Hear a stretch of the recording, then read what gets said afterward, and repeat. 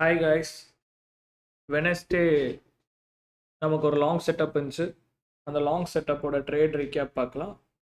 Before getting into the trade, market எப்பயுமே IRL to ERL, ERL to IRL தான் ப்ரைஸை deliver பண்ணிகிட்டே இருப்பான். ஸோ அது மாதிரி தான் இந்த செட்டப்பும். Yeah, let's get into the day time frame. Yeah, it is already in the day time frame. Tuesday வந்து ஒரு நல்ல புல்லிஷ் மொமெண்டம் வச்சு மண்டே கேண்டில் ஹைக்கு மேலே க்ளோஸ் பண்ணால். So our anticipation is to trade long.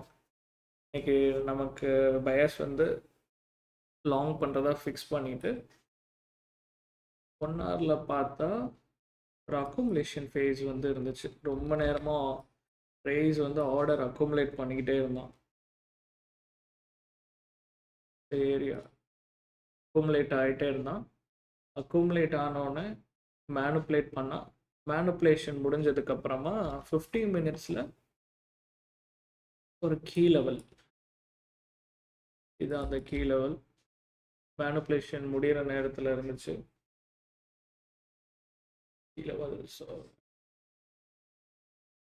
இந்த key லெவலில் இருந்து ஏஷியன்ஸ் ஹை தான் நம்மளோட draw on liquidity. Asians high தான் ட்ரா ஆன் லிக்விடிட்டி. 5 மினிட்ல என்ட்ரி இருக்கான்னு பார்த்தப்போ நறுக்குன்னு ஒரு என்ட்ரி இந்த இடத்துல இருந்துச்சு.